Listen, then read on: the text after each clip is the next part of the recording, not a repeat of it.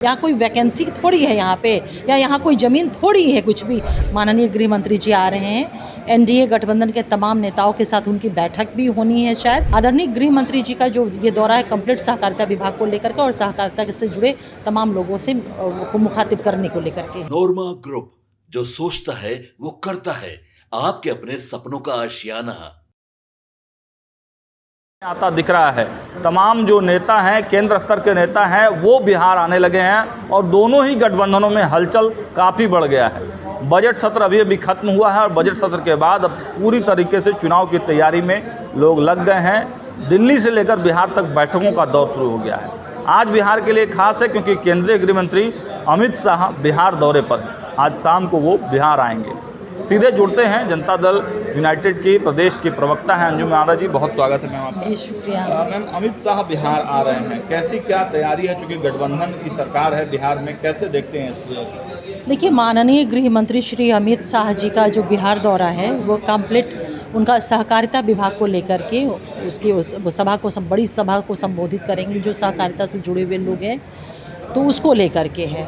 और निश्चित रूप से जो हमने देखा है कार्यक्रम उनके, जो माननीय प्रदेश अध्यक्ष भारतीय जनता पार्टी के द्वारा जो मैंने देखा और सुना, उनकी बैठकें भी होनी है अपने पार्टी के दल से के लोगों के साथ और एनडीए के लोगों के साथ भी उनकी बैठकें होनी है।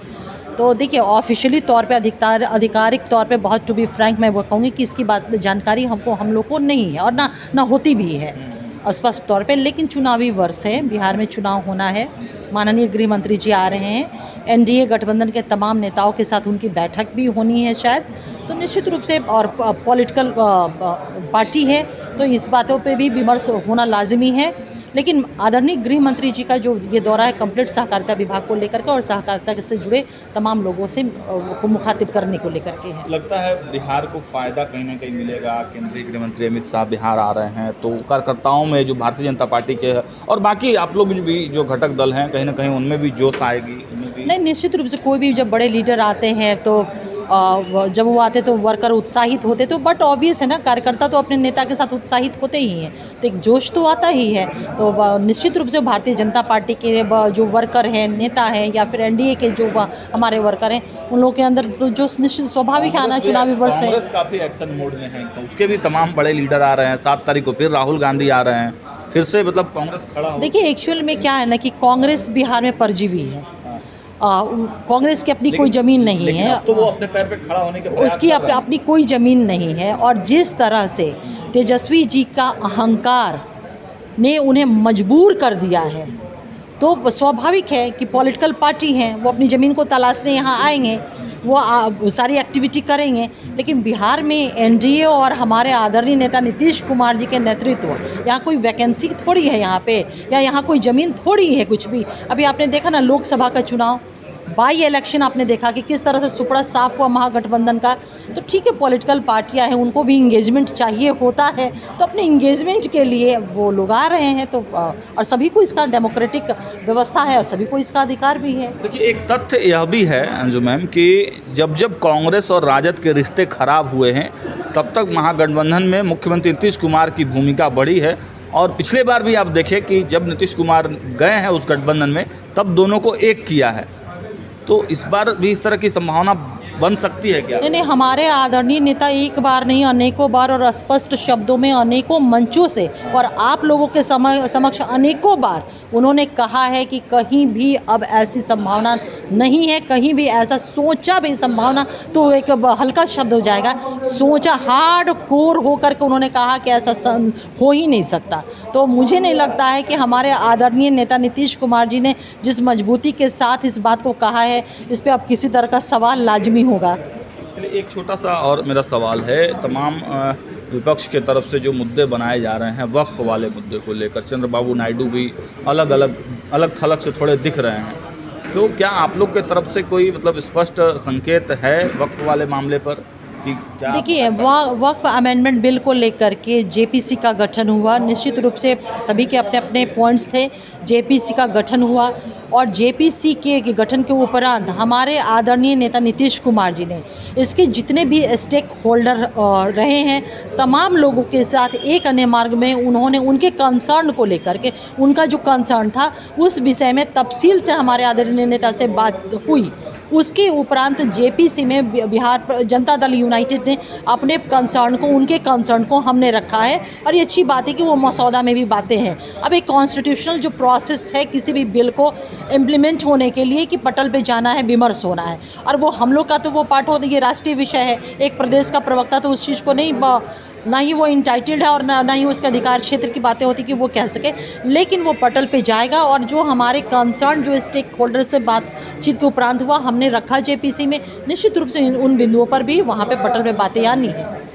चलिए, तो देखिए इस पे बहुत ज़्यादा बातें तो चूँकि बड़े नेता ही इस पे फैसला लेंगे। एक मेरा छोटा अंतिम सवाल होगा, छोटा मैं चाहूँगा कि देखिए कोई भी केंद्रीय मंत्री आता है या बड़े नेता आते हैं भाजपा के, तो मुख्यमंत्री नीतीश कुमार से उनकी मुलाकात ज़रूर होती है।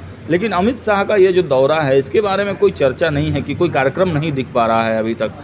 क्या लगता है कि मुख्यमंत्री जी से नहीं मिलना, क्या गठबंधन को लेकर कुछ ऑफिशियल जानकारी हम लोग को कुछ भी नहीं है, लेकिन आदरणीय गृह मंत्री जी के जो कार्यक्रम दौरे की आप बात कर रहे हैं, तो मैंने देखा है सुबह में बिहार प्रदेश भाजपा बिहार प्रदेश के माननीय अध्यक्ष आदरणीय दिलीप जायसवाल जी का, उन्होंने पूरा मिनट टू मिनट जो कार्यक्रम है माननीय गृह मंत्री जी का, उन्होंने उसको आप लोगों के समक्ष मुखातिब होकर के बताया है। शायद मुझे लगता है कि नहीं जानकारी है, तो उसको आप देख लीजिएगा। मैं कह रहा हूँ कि मुख्यमंत्री जी से मुलाकात नहीं होना, ये अपने आप में क्या कोई संदेश? मुझे ऑफिशियल जानकारी इस बात की नहीं है कि मुलाकात होनी है या नहीं होनी है, इसकी जानकारी मुझे ऑफिशियली नहीं है।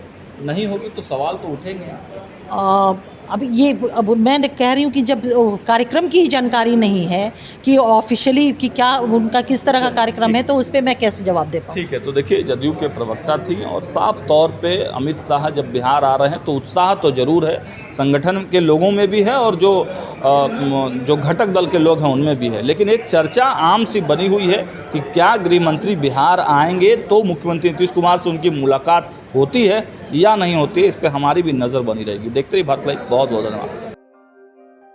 आपके सपनों को हमने सजाया है, ई होम्स पैनोरामा को हमने बनाया है। ई होम्स मेरा एक सपना था जिस पे मैं पिछले 4 साल से काम कर रहा था। हमने जो बनाया है वो सबने है माना। ई होम्स पैनोरामा में हो आपका भी आशियाना। और फाइनली हमने 2021 में इस प्रोजेक्ट को लॉन्च किया। बहुत लोग अप्रिशिएट कर रहे हैं कि पूर्णिया जैसे शहर में, बिहार के, एक तो बिहार की बात करें उसमें भी पूर्णिया जैसे छोटे जगह में इस तरह का लाइफस्टाइल देना, ये सुन के हम लोगों को बहुत अच्छा लगता है। ई होम्स में हमने कुछ और भी किया है, जैसे हम जिस जगह में रह रहे हैं हमारे फैमिली सिक्योर हो, उनको सिक्योरिटी का ध्यान में रखा है। आपकी सुविधा और सुरक्षा आपके लिए खास है, ये आपका विश्वास है। इसमें आर्टिफिशियल इंटेलिजेंस का 7 लेयर सिक्योरिटी का हमने इस्तेमाल किया है। लस ग्रीन कैंपस को बनाया है। यदि हमारा बाउंड्री वाल है तो वो वर्टिकल गार्डन है। ये जितनी भी फैसिलिटी होता है एक इंटरनेशनल टाउनशिप में ई होम्स है, ये हम लोग विश्वास नहीं कर पा रहे हैं। जो भी हमारे मित्र दोस्त या जो भी हमारे बाहर के बाहर आते हैं तो हम लोगों को बहुत अच्छा सुनने को मिलता है और बहुत अच्छा क्रेडिट मिल रहा है। वो सारा हमने सिर्फ एक बिल्डिंग नहीं बनाया, हमें एक बहुत अच्छा लाइफस्टाइल दिया ई होम्स में, और मेरा एक सपना था जिसको मैं आज फुलफिल होते हुए देख पा रहा हूँ। ये आपका आवास है।